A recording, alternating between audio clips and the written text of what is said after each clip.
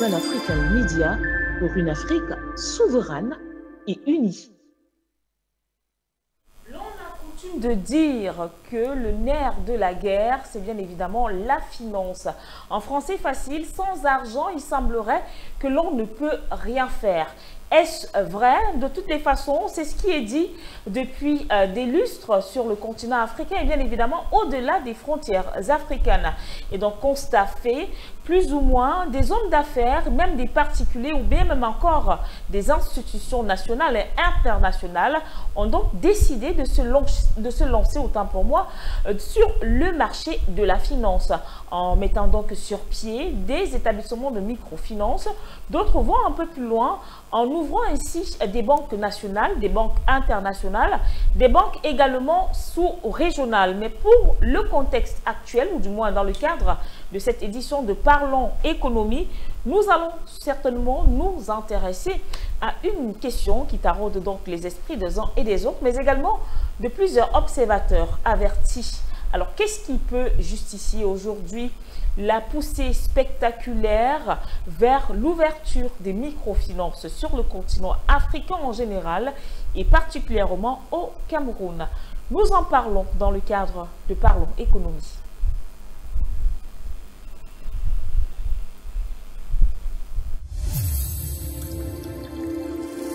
Pan-African Media pour une Afrique souveraine et unie. Mesdames, Messieurs, le bonjour ou du moins le bonsoir, peu importe justement l'endroit où vous vous trouvez. Bienvenue sur Pan-African Media pour une Afrique souveraine et unie. Bienvenue à cette autre production consacrée à votre programme économique bimensuel Parlons Économie. Aujourd'hui, il y a une question qui est posée à l'issue, bien évidemment, d'un constat qui est fait. Les microfinances sur le continent africain, plus précisément au Cameroun, poussent, on dirait, comme des champignons. Pourquoi, justement, cette poussée spectaculaire? Nous aurons des éléments de réponse tout au long de cette cinquantaine de minutes que nous allons partager avec notre invité. Il s'agit bien sûr du docteur Jean-Marie Biada, qui est donc un économiste certifié. Déjà, bienvenue à Pan-African Media. Merci madame, je suis content de répondre à cet appel parce qu'en fait, des supports médiatiques comme les vôtres nous permettent d'élever le niveau de conscience des populations africaines et par-delà le monde entier.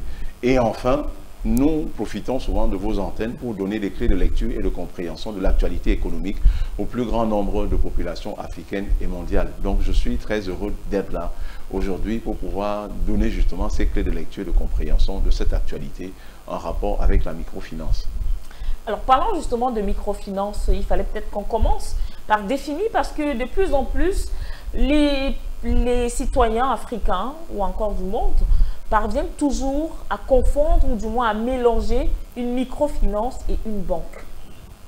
Alors, la microfinance, la banque, pour donner des éléments de compréhension extrêmement simples, il faut que ceux qui nous écoutent retiennent que nous sommes là dans le secteur financier. Et le secteur financier au Cameroun, comme partout ailleurs dans le monde, a 4 maillons.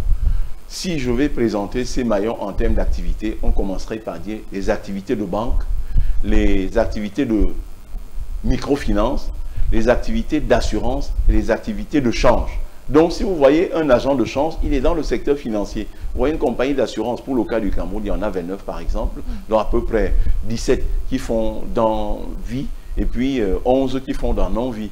Alors, dans les assurances, vous êtes dans le secteur financier et en dehors donc du change, du secteur du change, ensuite les assurances et la banque, vous avez donc le 4e maillon, si on peut le présenter ainsi, qui s'appelle donc la microfinance. Donc la microfinance est dans l'univers du secteur financier mondial. Donc c'est un maillon. Alors, la microfinance par rapport à la banque, la différence tient de ce que la microfinance, les formalités de création sont assez allégées. Le capital, par exemple, il est de 1 milliard. Alors que la banque, on lui demande de présenter 10 milliards de capital. Deuxièmement, la microfinance, certes, est gérée si on reste au niveau de l'Afrique centrale, par la COBAC il y a 21 règlements qui ont été édictés pour pouvoir encadrer l'activité de la microfinance. Et ces 21 règlements sont à l'image de ce qu'on a au niveau de la banque. Et à la banque, on appelle ça les normes prudentielles de gestion en termes de liquidité et de solvabilité. Ça veut dire quoi en termes simples? Hier, on s'était rendu à l'évidence que beaucoup de banques avaient fait faillite. Pourquoi? Parce que quelqu'un qui était dans le tour de table et qui était déjà engagé auprès de 2, 3, 4, 5 entreprises pouvait influencer la direction générale et on accordait le crédit à toutes ces structures qui lui appartenaient.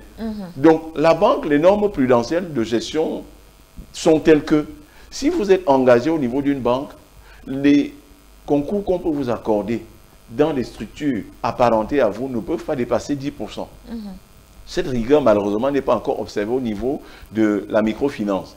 Bien plus, la microfinance, généralement, évolue dans l'arrière-pays. Et dans l'arrière-pays, les produits offerts ne rapportent pas beaucoup d'argent. La microfinance s'adresse, par exemple, aux micro-activités telles que la PME. Et si je prends le cas du Cameroun, par exemple, la définition de la PME fait qu'il est la loi de 2013, la loi du 13 avril 2010, portant promotion des PME, modifiée et complétée par une autre loi de juillet 2015, est clair. Parler de PME renvoie à 3 types d'agents économiques.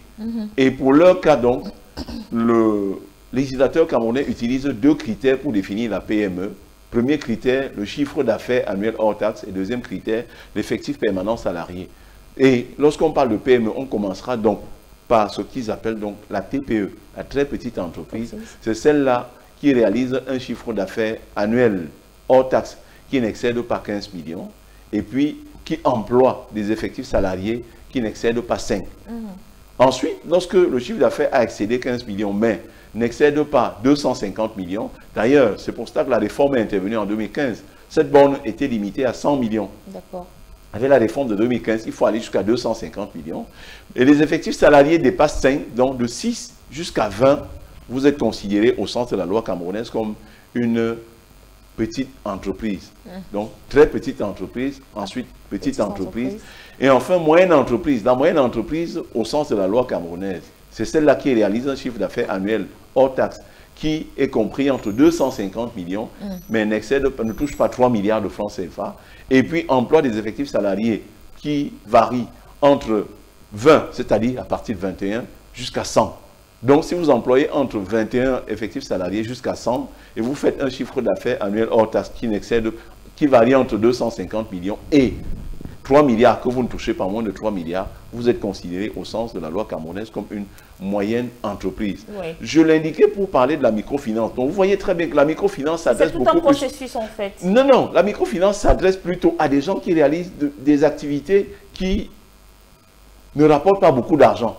Vous voyez, la microfinance s'adresse par exemple aux très petites entreprises. Regardez le chiffre d'affaires annuel hors taxe, excède à peine 15 millions. 15 millions de chiffre d'affaires, ça veut dire quoi? Moins de 3 millions, à peu près 2 millions, 100 millions de chiffre d'affaires par mois. Or, 2 millions de chiffre d'affaires par mois, si je divise par 4, je suis autour de 500 000 francs de chiffre d'affaires par mois. Ce n'est pas assez. Donc, c'est la raison pour laquelle la microfinance, maintenant, ses conditions de création ne sont pas assez lourdes. Malheureusement, les clients qui sont la cible de cette microfinance-là, pour la plupart, ne sont pas des châtelains. On dirait même parfois c'est les clients désargentés, c'est-à-dire qu'ils ne peuvent pas avoir de l'argent sur une longue durée, qui ne peuvent parfois, malheureusement pas aussi, apporter les garanties nécessaires pour opter les financements qu'ils sollicitent à travers des requêtes qu'ils établissent à l'adresse de ces microfinances.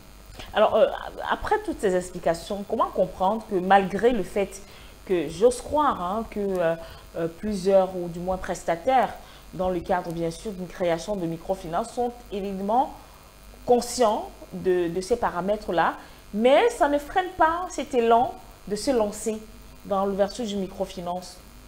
Qu'est-ce qui peut justifier cela? Est-ce à dire que malgré le fait que les chiffres d'affaires soient bas, ça nourrit quand même son homme?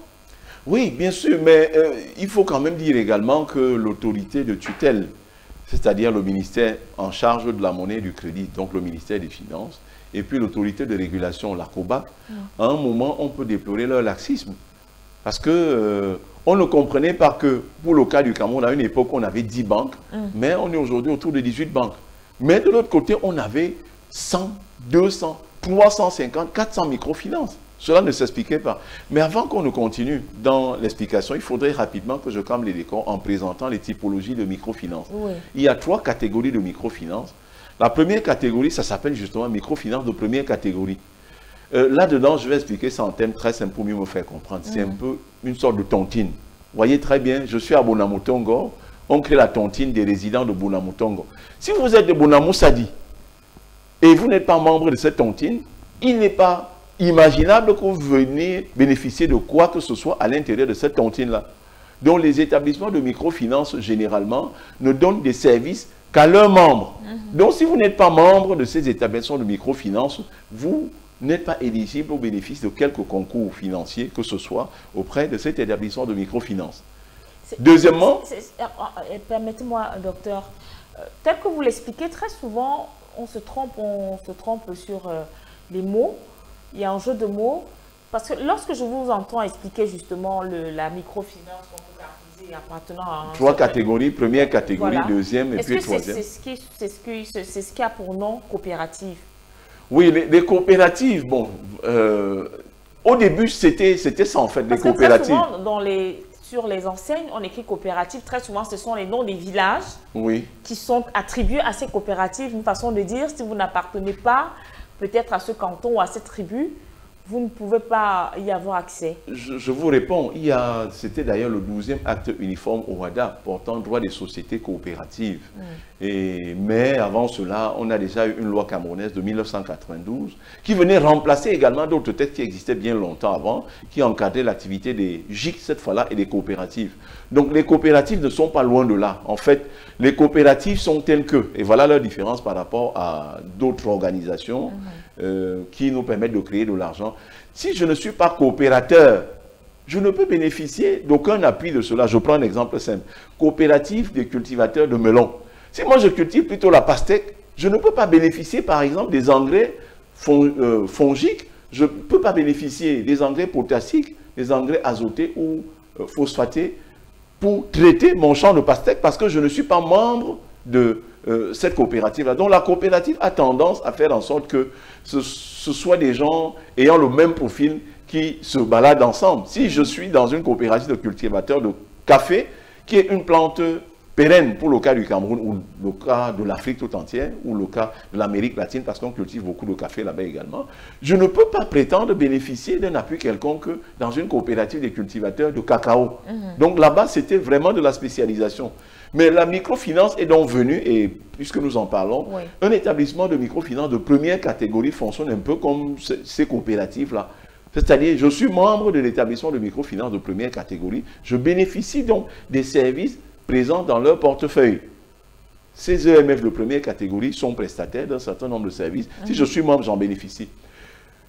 Ça, il y a donc souvent tricherie sur la marchandise. On vous donne l'agrément d'EMF, établissement de microfinance de première catégorie. Et sur le terrain, comme il y a beaucoup de profanes, tout à fait, le monsieur se présente donc comme établissement de microfinance.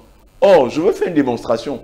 Quand je sors de la première catégorie, tous les membres, généralement, sont à peu près dans une sorte d'auberge espagnole, dans lesquelles vous ne mangez que ce que vous avez apporté. Donc, dans l'auberge espagnole, si vous rentrez bras ballants, il n'y a pas de problème. Vous allez rester comme ça pendant que les autres sont en train de manger.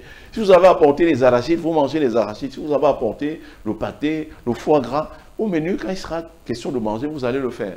Ça, c'est la première catégorie.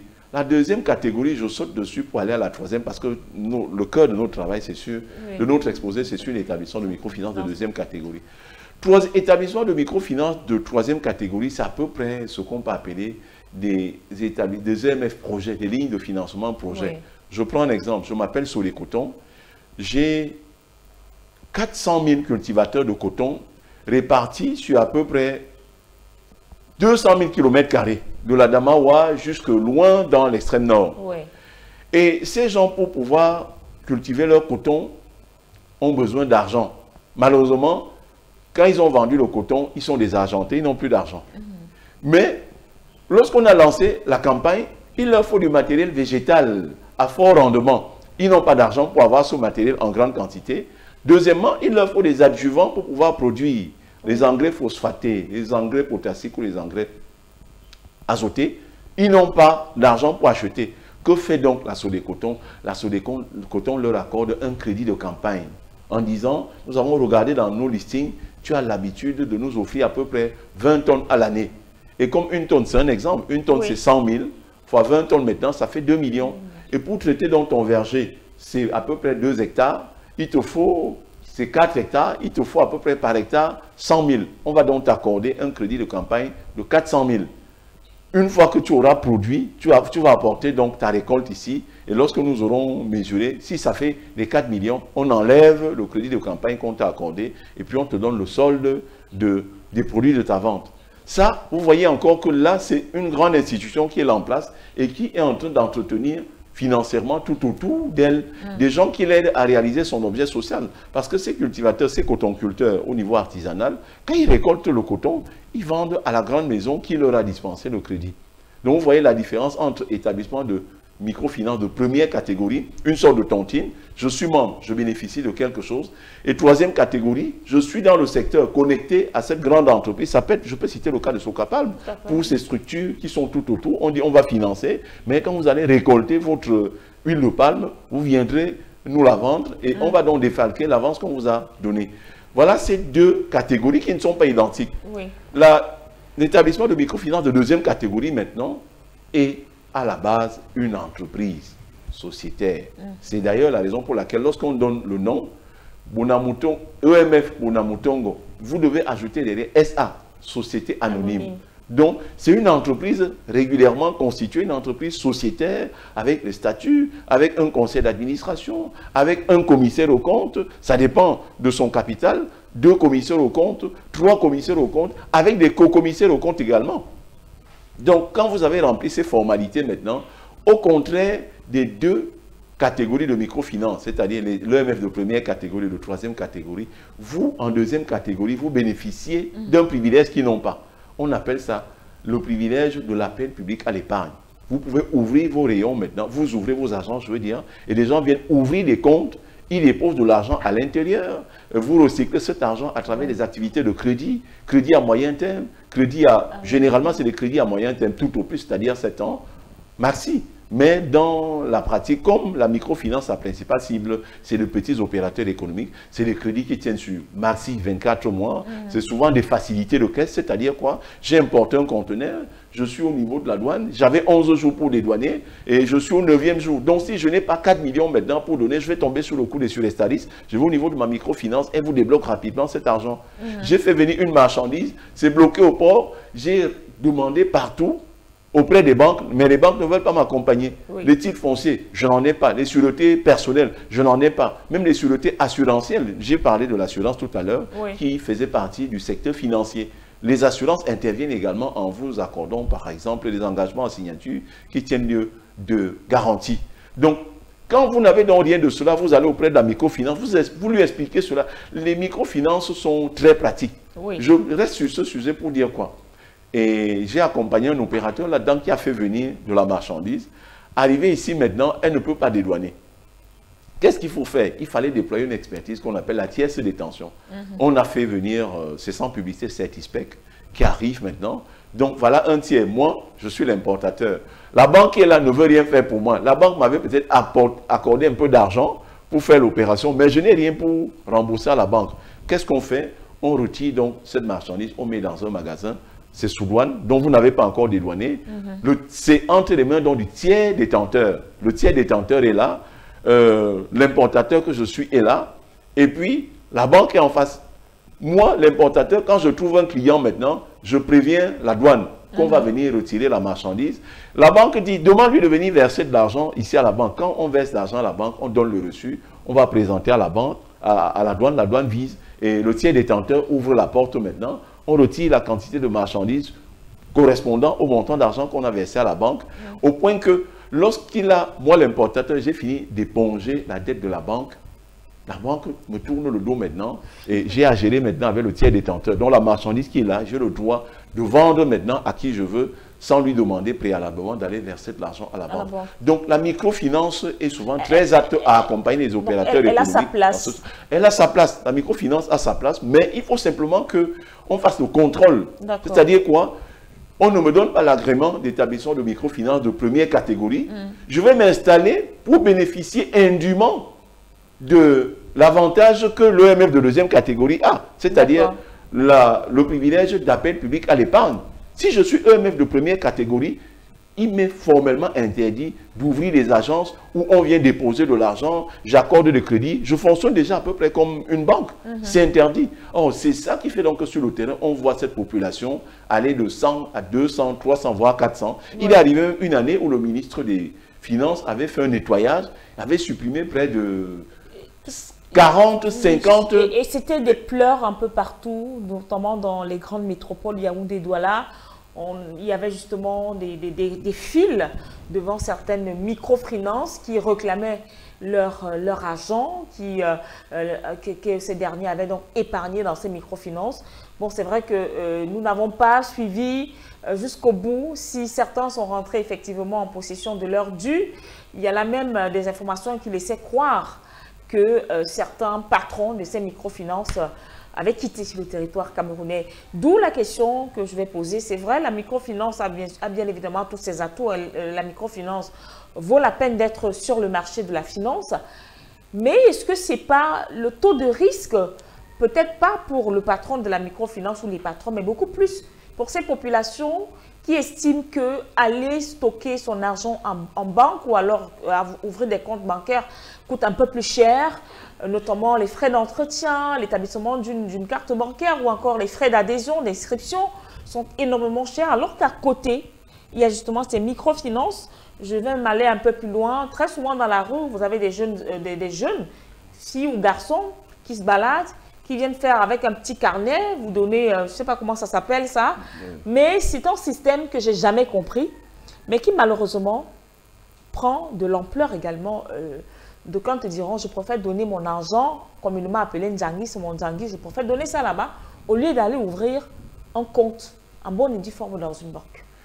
Oui, c'est pour ça que je vous remercie davantage. C'est-à-dire notre présence sur votre support nous donne l'occasion de prêcher, nous donne l'occasion de professer pour rester vraiment dans l'univers de la prise de la parole en public. Beaucoup de nos compatriotes sont ignorants. Et c'est l'occasion de les exhorter souvent à suivre l'actualité et à se rapprocher des experts. De deux, ce que vous évoquiez tout à l'heure chez nous ici, ça s'appelle Aladji. C'est-à-dire quoi, une jeune dame débarque au marché, il y a à peu près 40 vendeurs de papaye sur pouce et elle passe les voir, le monsieur donne 2000 francs par jour, on mentionne quelque part. Chez nous ici, ne perdez pas de vue également que le taux de scolarisation, s'il est certes élevé en milieu urbain, ce taux n'est pas uniformément distribué dans l'arrière-pays. Il y a des environnements ici où vous voyez 500 chauffeurs comme ça. Quand vous débarquez quelque part à un contrôle, ils préfèrent donner de l'argent et passer. Ils ne savent pas lire. Ils ne savent pas écrire. Ça veut donc dire que ces gens n'auraient jamais dû être chauffeurs. Parce qu'en fait, pour être chauffeur, il faut avoir un permis. Et depuis pratiquement 7 ou 8 ans au Cameroun, le permis de conduire fait partie d'un examen national organisé par le ministère des Transports. Et comment ce monsieur a donc pu passer? Parce que cet examen se passe à 2 reprises, en 2 temps. Le premier temps, donc, c'est l'écrit. Oui. S'il ne sait donc ni lire ni écrire, il ne peut pas passer cet examen. Et par voie de conséquence, il ne peut pas avoir un permis. Et c'est la raison pour laquelle, donc, vous voyez, dans beaucoup d'environnements, ces gens préfèrent ces milieux où, bon, je ne peux pas donner trop de détails parce que ça pourrait tourner à la stigmatisation. Oui. Donc, ils préfèrent vraiment travailler avec des gens où il n'y a pas de reçu, pièces de caisse recette, pièces de caisse dépenses, procès verbal de réception, certificat de qualité, certificat de quantité, certificat d'origine. C'est énorme pour lui, il ne sait pas lire, il ne sait pas écrire, mais il a des aptitudes pour faire du business. Oui. Quand vous mettez dans toute cette paperasserie devant, c'est un frein pour lui. Et je crois que depuis de nombreuses années chez nous ici, on dit qu'il y a beaucoup de cartes d'identité qui ont été abandonnés dans des commissariats. Comment pouvez-vous donc aller vers des institutions où la première question qu'on vous pose, c'est où est votre carte d'identité? Donnez votre carte d'identité pour qu'on puisse vous identifier avant d'ouvrir votre compte. Donc, ils préfèrent donc tourner avec ces gens dans l'informel où ils arrivent, on se connaît, je te donne 2000 francs. Je vends la papaye au carrefour Bonamotongo. Chaque fois tu passes là-bas vers midi, j'aurai déjà tes 2000. Ils payent. Et nous sommes combien? Nous sommes à peu près 20. Combien de personnes ont déjà bouffé? 19. Donc ça veut dire prochainement, c'est moi, oui. 2000 francs fois 20, ça fait à peu près 40 000. Allez, le jour là, on me donne mes 40 000. Si on continue encore, je suis le premier à donner 2000 francs. Donc je voulais expliquer le fait que le niveau de scolarisation, le taux d'alphabétisation, la taille de la population qui... En anglais, on appelle ça des school drop-out. Ou alors, et dans le cadre de l'alphabétisation, il y a également une formule, ça s'appelle des gens Ça s'appelle l'analphabétisme de retour. C'est-à-dire quoi? Des gens, à la base, ils ne savaient ni lire ni écrire. Oui. On les a formés dans des centres multifonctionnels d'alphabétisation. Ils sont partis. Et comme ils ne pratiquent donc pas ce qu'ils ont appris là-bas pendant 2, 3, 4, 5, 6 ans, quand vous revenez encore, ils ne savent plus lire, ils ne savent plus écrire. C'est ça qu'on appelle l'analphabétisme de retour. Et puis, cette catégorie de population qui est à ce standard-là, ce n'est pas 10 personnes, ce n'est pas 20 personnes. Dans certains milieux, ils sont très nombreux. Donc, c'est pour ça que ces activités très informelles persistent. Mais quand je reviens maintenant à la microfinance, où vous dites qu'il y a du risque. Il y a du risque. Non, non, ce n'est pas faux. Comme nous sommes au niveau panafricain, dont nous sommes dans le monde, je vous amène en Albanie. Il s'appelle Sali Berisha. Sali Berisha, il était le président albanais et c'est la population qui l'a renversé parce que les gens ont déposé de l'argent dans leur microfinance. Un beau matin, ils arrivent, il n'y a pas d'argent, l'information a circulé et en économie, il y a ce qu'on appelle, en banque notamment, ce qu'on appelle l'effet de place. C'est-à-dire, vous arrivez à la banque, vous demandez de l'argent, on traîne, vous paniquez et vous appelez 2, 3 personnes déposant comme vous. S'ils font tous une marche vers les guichets de ces banques-là, la banque sera dans l'impossibilité de vous rembourser dans l'immédiat. Mais malheureusement, pour le cas de l'Albanie, c'est que les caisses étaient vides.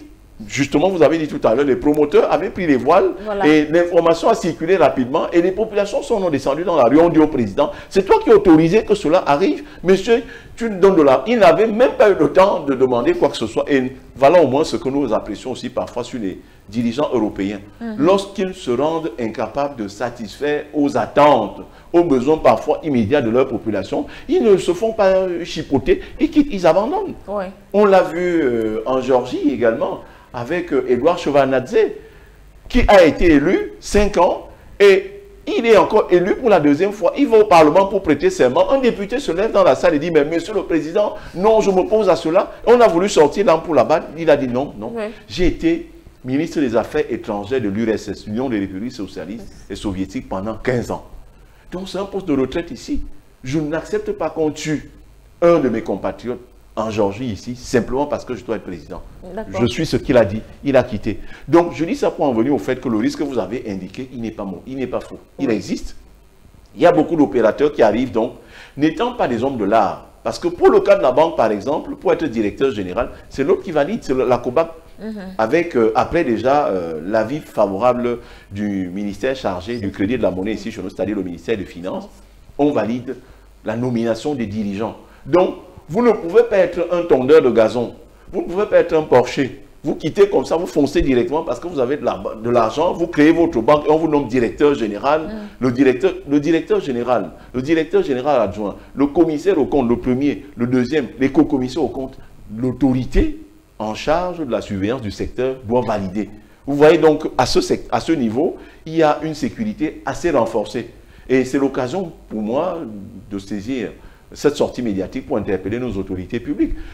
Pourquoi est-ce qu'au niveau de la banque, ils ont mis sur pied, au niveau de la banque centrale, les banques commerciales ici chez nous bénéficient au niveau de la banque centrale, ce qu'on appelle la CIP, la centrale des incidents de paiement. Donc cette centrale des incidents de paiement permet à chaque banque d'avoir l'information sur un de ses clients par rapport au niveau d'engagement que ce client a déjà pris chez ses confrères. Comme il y a 18 banques commerciales au Cameroun actuellement, si vous allez par exemple à ABC, ABC peut interpeller rapidement la centrale des incidents de paiement et avant la fin de la journée, la banque centrale va lui renvoyer le rapport en disant le monsieur qui est en train de demander 400 millions chez toi là est déjà engagé auprès de 3 de tes confrères à hauteur de 1,5 milliard dont la clé de répartition est de 40% et 20%. Donc, tu sais déjà à qui tu as affaire. Par contre, au niveau de la microfinance, c'est mon souhait donc qu'on puisse également mettre sur pied une centrale des incidents de paiement. Mais qu'est-ce qui coince à ce niveau-là, docteur? Les banques ont existé. Les banques ont existé avant les microfinances chez nous. Et puis, on n'a pas pris en considération ces microfinances-là. Parce que vous voyez, j'ai parlé de 21 règlements. Ces 21 règlements ne datent pas de 2019 ou bien de 2015.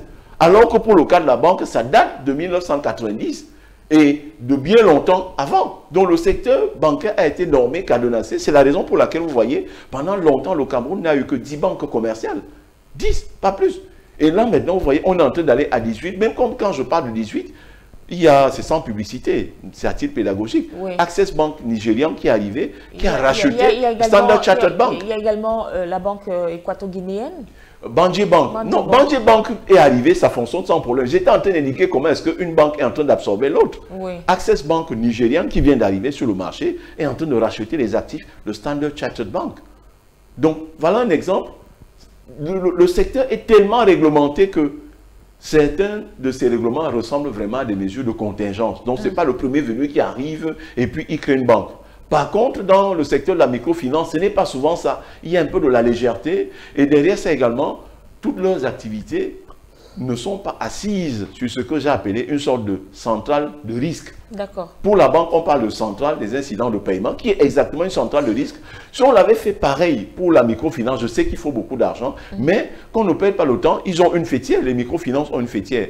Chez les banques, ça s'appelle la PECAM, Association des professionnels des établissements de crédit. Par contre, chez les microfinances, ça s'appelle la NEMCAM, Association nationale des établissements de microfinance du Cameroun. Chez les assureurs, ça s'appelle l'ASAC, Association des sociétés d'assurance du Cameroun.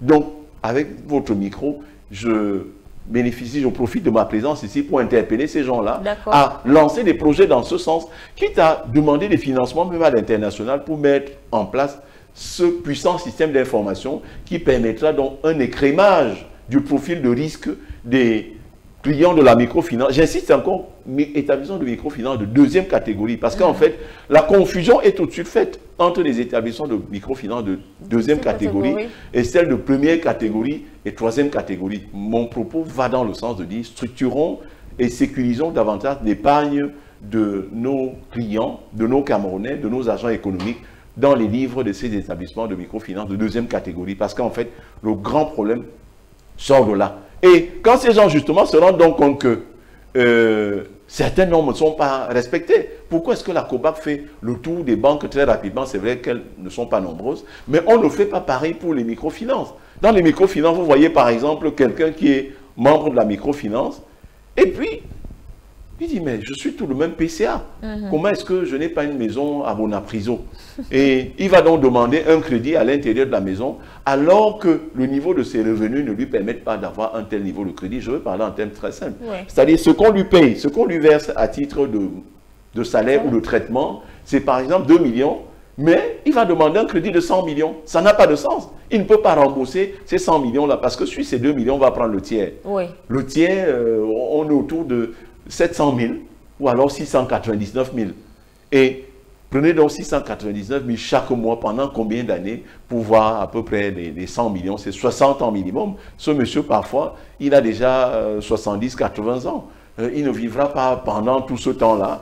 Et on ne forcera pas les dirigeants sociaux de cette microfinance à nommer son fils PCA, motif pris de ce qu'en fait, il faut penser à rembourser l'argent de son père. Donc, au niveau des microfinances de deuxième catégorie, le contrôle n'est pas souvent très strict. C'est la raison pour laquelle on se retrouve donc avec ces déperditions de ressources. Et enfin, pour les établissements de microfinance aussi, là j'interpelle les autorités administratives.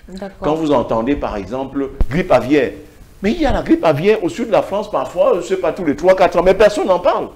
Quand on entend grippe aviaire ici chez nous, on sort tous les services, on met à la porte. Je ne vais pas citer la microfinance, mais je vous dis, j'en parle parce que j'ai regardé ça de très près. Le modeste avantage que j'ai sur certains de mes confrères, c'est que je parle de la réalité économique, parce que j'y suis depuis ces 23 dernières années. Alors, si on vous demande par exemple de donner un crédit de 100 millions à quelqu'un pour 2 ans, au Cameroun actuellement, une activité qui va prendre 100 millions et tourner au point de rembourser au bout de 24 mois ces 100 millions-là. Il n'y a pas beaucoup d'activités. Mais la microfinance, parfois, ça pas s'hasarder. Avait ciblé, par exemple, les aviculteurs, ceux qui élèvent de la volaille, et ces gens lui produisaient des œufs. Quand la pondeuse a atteint le niveau optimal de production des œufs, ces gens avaient à peu près 3-4 millions par jour. Donc le monsieur à qui tu as consenti un crédit de 100 millions de francs, en une année, il a remboursé cet argent. Mais lorsque vous entendez qu'il y a grippe aviaire au sud de la France, vous venez maintenant vous balancer dans tous les médias, oh, grippe aviaire. Les autorités municipales, administratives sortent maintenant, prennent des actes, on barre la route. Le monsieur prend donc son camion d'œufs qu'il vend au Cameroun, ça lui rapporte par exemple 1,5 million.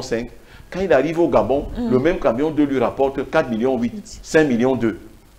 Quand vous avez donc barré la route, il doit sortir par exemple de Fumban, il doit sortir de Bafoussam, il doit sortir de Bandung, vous barrez la route. Il ne peut même pas arriver ici à Douala pour vendre ses œufs. Qu'est-ce que vous êtes en train de faire? Vous tuez l'activité de cet aviculteur-là, vous étouffez l'activité de l'interprofession avicole l'IPAVIC, mais en réalité, vous êtes en train de tuer sans le savoir 1, 2, 3 établissements de microfinance qui avaient apporté leur concours pour développer cette activité. Donc, quand ils sont donc dans l'impossibilité de rembourser ces établissements de microfinance, qu'est-ce qu'il y a lieu de faire? Il y a une loi en finance qui dit que lorsque l'actif disponible ne permet pas de faire face au passif exigible liquide, c'est le dépôt de bilan. Et c'est la raison pour laquelle vous voyez parfois, quand vous dites grippe aviaire, après 4, 5, 6 mois, maximum 1, 2 ans, regardez, vous allez voir qu'il y a certains établissements de microfinance qui ont déposé le bilan. Récemment même encore, il y a le fameux coronavirus qui a également entraîné, entre guillemets, une crise économique sur le plan mondial. Alors, la question que je vais poser, c'est la question centrale de cette édition de Parlons Économie. Pourquoi, malgré tout ce que vous avez énuméré, on se rend compte qu'aujourd'hui, beaucoup d'hommes d'affaires décident de se lancer dans la création des microfinances? Est-ce, je vais peut-être un peu anticiper, est-ce pour faire du blanchiment d'argent? Parce que ce n'est pas moi qui le dis, c'est au regard effectivement des, j'ai envie de dire, des questions qui sont posées ça et là, des personnes qui n'osent pas le dire à visage ouvert.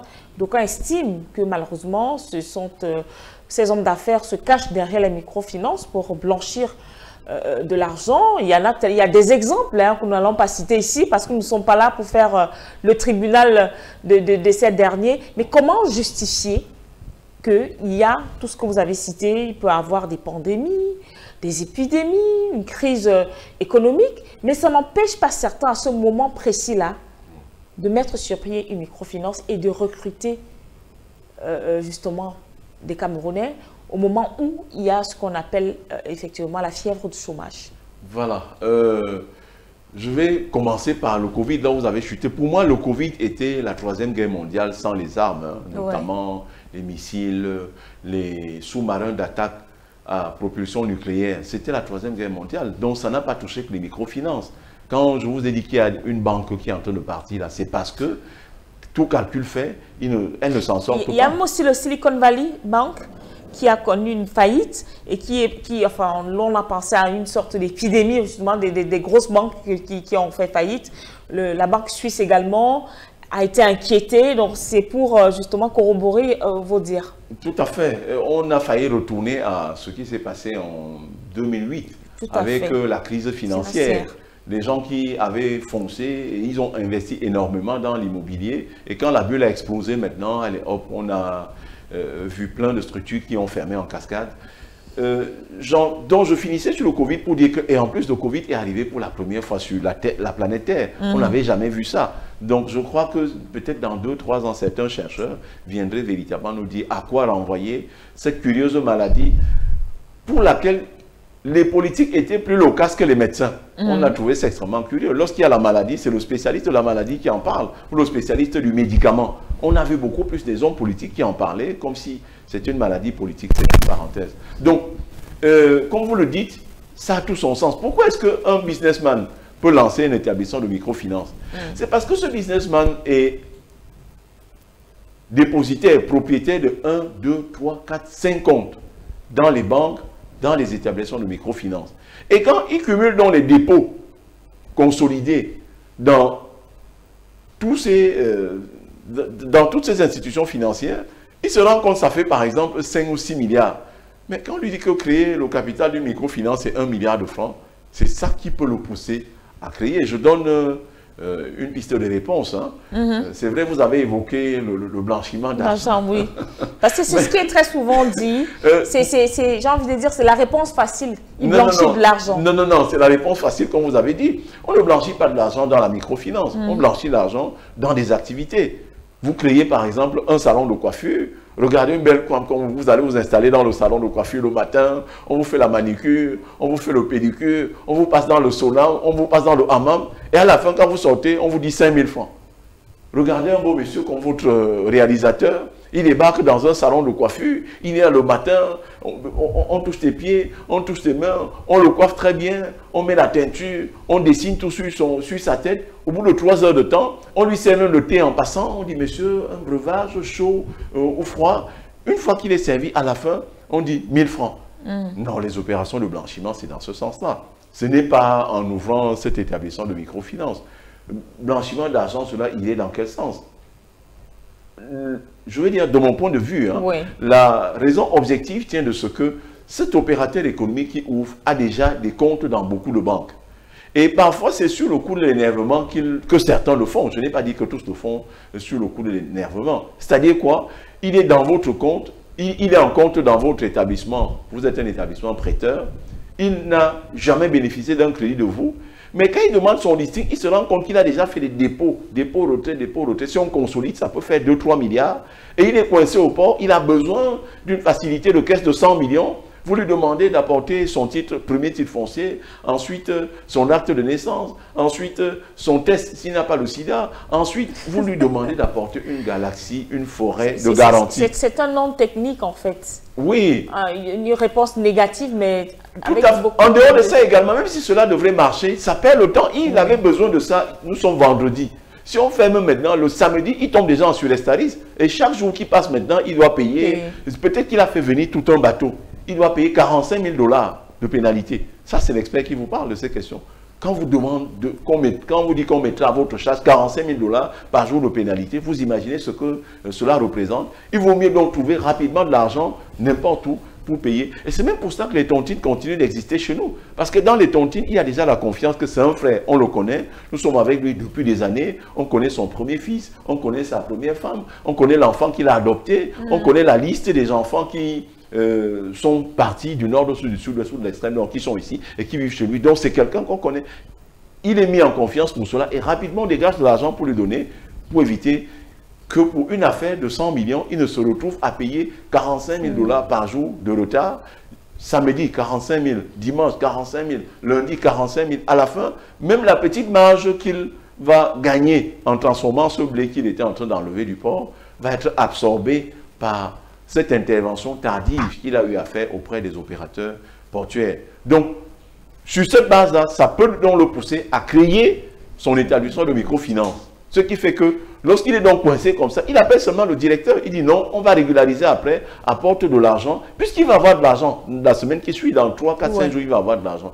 Donc, cette raison que je suis en train d'évoquer, d'ordre pratique, avoir de la disponibilité en temps opportun pour l'opérateur économique, et généralement, quand il ne l'a pas donc chez ceux qui deviendront plus tard ses confrères, ça peut le pousser à créer son comptoir de change, à créer son établissement de microfinance, à créer même la banque. Mais je peux quand même vous dire que vous voyez que l'État freine les 4 fers pour que les opérateurs économiques camerounais créent leur banque. C'est difficile. Quand vous allez voir ceux qui sont dans la banque, à la base, c'était soit des anciens salariés du secteur bancaire qui ont mis une microfinance en place et puis qui ont poursuivi l'aventure de la création bancaire. On peut citer les cas qu'on connaît sur la place. Donc, pour conclure sur ce sujet, le risque existe de déposer de l'argent dans les établissements de microfinance de deuxième catégorie que nous avons actuellement. Pour couvrir ce niveau de risque, il faut absolument qu'on mette sur pied une centrale des incidents de paiement pour les clients de la microfinance. Ce serait une très bonne chose. Troisièmement, il faut poursuivre avec des campagnes de sensibilisation pour dire aux populations que les établissements de microfinance qui sont de 3 catégories n'ont que l'établissement de deuxième catégorie qui bénéficie du privilège de l'appel public à l'épargne, c'est-à-dire créer des agences où vous pouvez venir créer un compte courant, un compte d'épargne, un compte DAT, un compte bon de caisse. C'est uniquement chez l'établissement de finance de deuxième catégorie que cela est fait. Et non en première catégorie, ni en troisième catégorie. Parce que ce sont ces deux-là qui ont créé de la confusion sur la place. Et finalement, quand monsieur tout le monde descend sur le terrain, il dit « Ah, j'ai vu là-bas, on a des établissements de microfinance. Et enfin, le ministère également doit faire un travail sur le terrain et obliger dans toutes ces structures-là à écrire plutôt en gras. Au lieu de dire établissement de microfinance, on met EMF, première catégorie, EMF, troisième catégorie, uniquement pour ces deux-là. Et de l'autre côté, quand on va voir EMF SA, Société Anonyme, ça veut dire que c'est de deuxième catégorie, mais ça ne dispense pas également ces gens de formalité d'indiquer que nous sommes un EMF de deuxième catégorie. Si on fait donc tout ce contrôle-là, je suis sûr qu'on va écrémer le secteur de la microfinance. Le niveau de risque, pour moi, parfois passablement élevé, qui a à déposer beaucoup d'argent là-dedans, va diminuer et devenir un risque mesurable, un risque gérable au cas de sa survenance. Alors, ce que je retiens sur ce sujet, c'est que c'est certes risqué, mais ça vaut quand même la peine de prendre ce risque-là. Tout à fait. Et pour moi également, je vous ai dit tout à l'heure que j'étais expert certifié, expert formateur certifié en entrepreneuriat selon le modèle américain Management System International. Et il y a un module de formation là-dedans où nous parlons de la gestion du risque. Il faut prendre le risque de l'entrepreneur. Pour nous, il existe 3 types de risques. Le risque du joueur. Le risque du joueur, c'est un monsieur qui est héritier. Son père lui a légué un puits de pétrole. Et comme il vit dans de grands hôtels, il voit un farceur venir s'asseoir à côté de lui et il s'exclame, si quelqu'un me donne un puits de pétrole là maintenant, je lui en donne 500. Il ne connaît pas le monsieur. Il va rapidement chercher les papiers de son puits qui donne au monsieur qui découvre sur le champ là. Et le monsieur prend le large, il a tout perdu. Ça, c'est le risque du joueur. Il y a le risque du banquier. Le banquier ne prend aucun risque. Quand vous arrivez, monsieur, donnez-moi la garantie assurantielle. Donc, l'assurance donne déjà une caution à la banque. Donnez-moi une sûreté, une garantie hypothécaire. Vous apportez 1, 2, 3, 4 titres fonciers libres de toute hypothèque. Donnez-moi une sûreté réelle. Donc, il y a une personne au quartier, on appelle ça avaliste. Il y a un avaliste qui s'ajoute. Donnez-moi également, faites appel à la réassurance, que vraiment, s'il y a quelque chose en deuxième ligne, je peux solliciter telle ou telle institution que tu m'auras donné pour pouvoir couvrir mon risque. Et ça prend 1, 2, 3, 4, 6, 7, 8 mois pour vous mettre l'argent en place. Et à la fin, lors de ce séminaire, on demande aux entrepreneurs que le risque de l'entrepreneur qu'ils doivent prendre est borné par le risque du joueur et le risque du banquier. C'est-à-dire un risque mesuré, un risque calculé, un risque qui sera toujours couvert parce que vous avez mis sur pied une batterie de mesures de mitigation, des mesures de restauration en cas de survenance de ce risque-là. Merci à vous, docteur Jean-Marie Biandam. Nous n'allons pas vous laisser partir. Actualité oblige, sans toutefois parler, peut-être en quelques petites minutes, des BRICS. La 15e édition s'est justement tenue récemment du côté de l'Afrique du Sud à Johannesburg. Et il y avait 2 points cruciaux, notamment les adhésions, c'est-à-dire nouveaux membres, mais aussi et surtout l'épineuse question sur la monnaie des BRICS pour justement mener à bout le combat qui vise justement à dédollariser le monde, passer justement de l'unipolarité à la multipolarité. Et donc, pendant ce sommet, il y a eu, j'ai envie de dire, un boom sur le plan de la monnaie, notamment avec le rand sud-africain, qui justement a connu ses premières émissions obligatoires par la nouvelle banque de développement, la banque notamment des BRICS. Et donc, il y a cette nouvelle qui est tombée. C'est vrai que ce n'est pas la première fois que le rand sud-africain monte, redescend, il fait un peu effet yo-yo, mais sauf que pas avec le dollar. Donc, pour une fois, le rand sud-africain, après justement les premières émissions, a dévancé le dollar. Et ça, c'est en date, je crois, du 11 septembre, c'est tout récent. Et curieusement, un 11 septembre. Un 11 septembre. 11 septembre, je peux vous en dire un mot. Oui. C'était un mercredi, j'animais un séminaire dans les salons, ça s'appelle le Sawa Hotel au Cameroun. Oui. Et à la pause, puisqu'on mange généralement entre 13 et 14 lors de mes séminaires, et quelqu'un nous appelle maintenant et dit, il y a quelque chose qui se passe, nous sommes donc sortis, et on a donc vu cet attentat du 11 septembre 2001. Donc, j'en étais à m'exclamer que cela se passe un 11 septembre. Ça peut peut-être se comprendre parce que ce jour-là, l'économie américaine peut-être était en berne. Mais vous avez parlé du BRICS. Le 15e sommet du BRICS s'est tenu les 22, 23 et 24 août. Tout récent là, à Johannesburg, à Joburg. Et au terme donc de cette session, 6 nouveaux pays vont être admis. Et la date d'admission officielle, c'est à compter du 1er janvier 2024. Et nous sommes contents de constater que dans ces 6 pays, l'Afrique se taille la part belle avec 2 pays. Vous voyez l'Égypte, vous avez l'Éthiopie, mais le Moyen-Orient va se tirer également avec 3 pays. Et enfin, vous allez avoir l'Argentine, un pays de l'Amérique latine qui va rejoindre le groupe des 6 pour aller faire en sorte que le BRICS passe maintenant de 5 pays à 11 pays. Alors, le gros avantage pour moi qu'il importe de populariser ici, c'est que avec le BRICS maintenant, la dédollarisation de l'économie prend tout son sens. Avant, lorsque j'allais sur le marché international chercher de l'argent, quand on me donnait cet argent, c'était l'équivalent à convertir en devises, c'est-à-dire en dollars. Résultat de course, comme le dollar se retrouve partout dans le monde entier, le jour où je veux rembourser, il me faut forcément produire davantage, exporter pour avoir les dollars qui me permettront donc d'assurer le service de la dette extérieure. Avec les BRICS maintenant, ça ne se passe plus comme ça. D'ailleurs, il y a moins de 2 mois, ils ont émis des titres.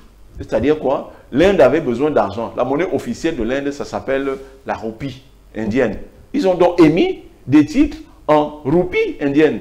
Et la monnaie officielle de l'Afrique du Sud, c'est le rand. Le rand sud-africain, qu'est-ce qui s'est passé? La banque des BRICS, AEA, la nouvelle banque de développement, comme ça c'est Banque Nouvelle de Développement, ça s'appelle. Ils ont donc eu à émettre des titres en rand sud-africain, ce qui est tout nouveau. Les institutions de développement de Bretton Woods, comme on aime à le dire, la Banque internationale pour la reconstruction et le développement, ensuite l'Association de développement international, l'IDA, ensuite, quand ils ont donc mis ces structures en place pour financer le développement, ils se sont rendus compte qu'il manquait quelque chose. Il fallait apporter un appui au secteur privé. Je profite de votre antenne pour exhorter le BRICS également à mettre sur pied un groupe.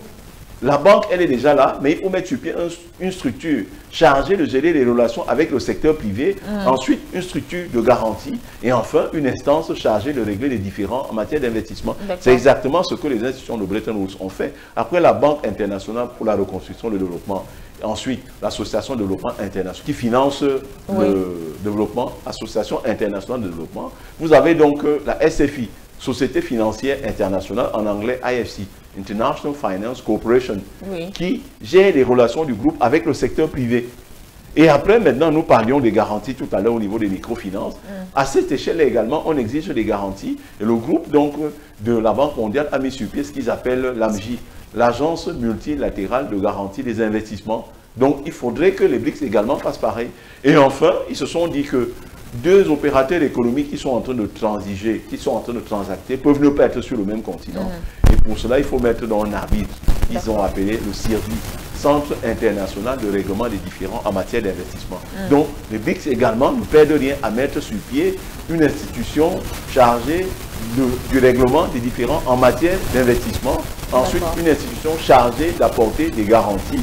Et enfin, une institution chargée de gérer les relations avec le secteur privé. Parce que les BRICS, là-bas, c'est des États.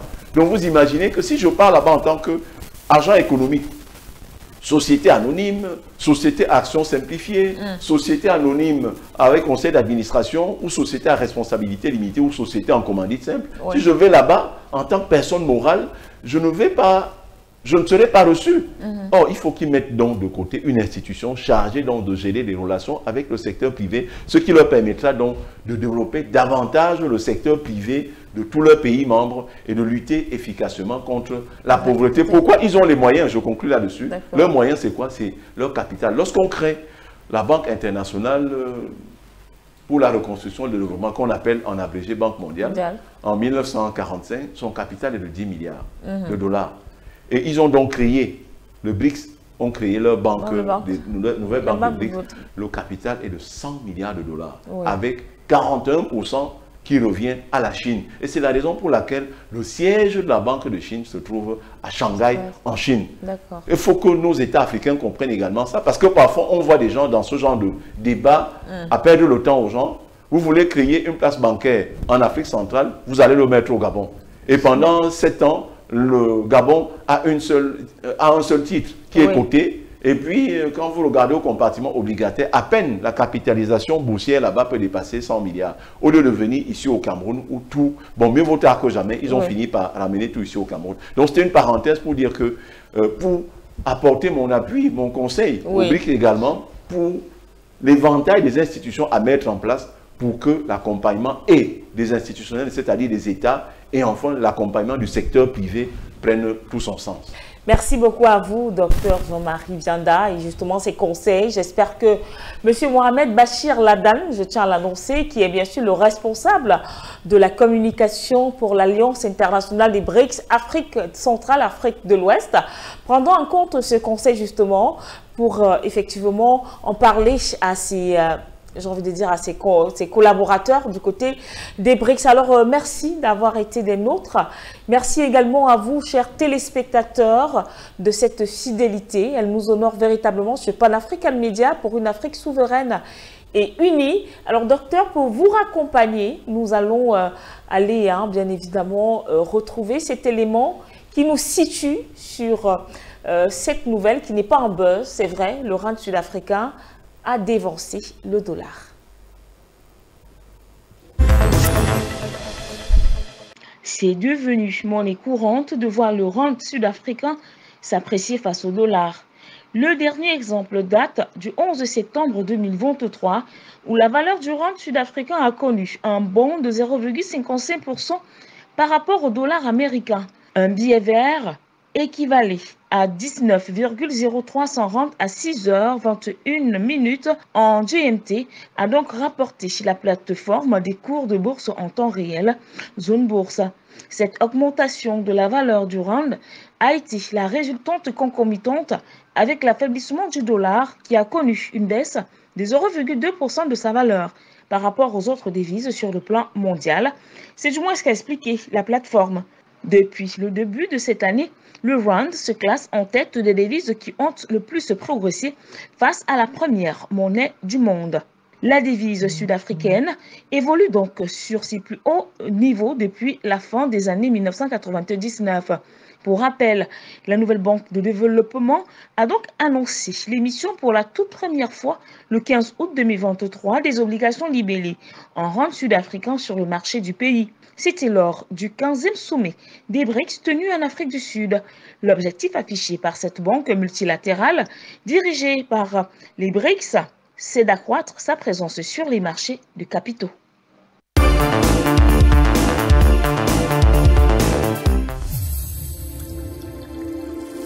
Pan-African Media pour une Afrique souveraine et unie.